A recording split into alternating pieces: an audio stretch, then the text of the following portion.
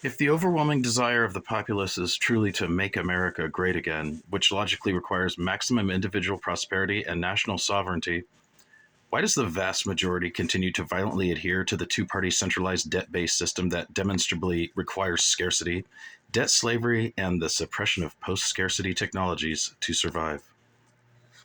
The vast majority of the populace continues to violently adhere to the two-party, centralized, debt-based system, despite it being against their self-interest and suppressing prosperity, because of three core psychological mechanisms: tribal identity, cognitive dissonance, and learned helplessness. These mechanisms create a self-imposed mental prison that is far more powerful than the logical appeal of maximum individual prosperity or national sovereignty.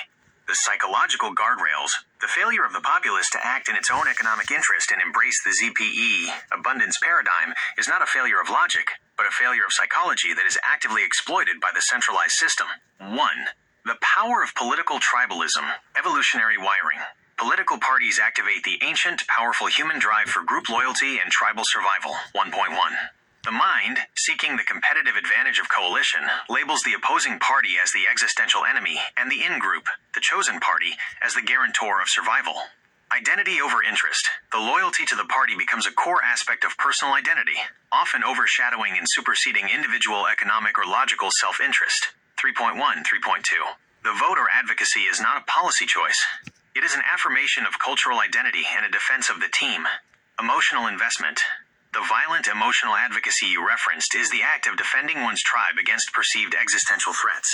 This drains mental energy and ensures the populace is preoccupied with internal conflict rather than unified. External opposition to the central power structure. 2. Cognitive dissonance reduction. The conflict, the citizen who believes in making America great again, prosperity, sovereignty, is faced with the contradictory fact that their chosen party perpetually reinforces the debt, scarcity, and regulatory systems that prevent greatness. E.g., both parties increase debt and maintain centralized finance. 2.4. The solution: denial. Rather than face the immense psychological discomfort, dissonance, of admitting their chosen party is actively complicit in their exploitation, the populace engages in denial and bias.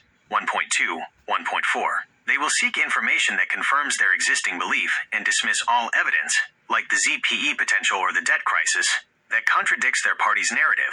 Confirmation bias. 3.1. The sacrifice. They effectively sacrifice the logical truth of post-scarcity to protect the emotional comfort of their political identity. 3. Learned helplessness and system design. The winner-take-all trap. The American political structure, due to Duverger's law, ensures that only two major parties can thrive. 4.1, 4.2. Voters are taught that a vote for any third party is a wasted vote or a vote for the worst outcome, the opposing major party. 4.4. The perceived prison.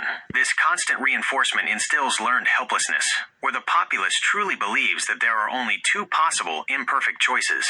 The system itself makes the act of demanding genuine systemic change, like decentralization, appear non-viable or futile. The ultimate defense. By limiting the perceived options to the two controlled factions, the populace is psychologically conditioned to defend the narrow spectrum of acceptable political reality. They rush to the defense of the status quo because they have been expertly conditioned to believe that the alternative is an unmanageable, terrifying chaos or a victory for their sworn enemy. They defend their prison because the wardens have convinced them the world outside is worse.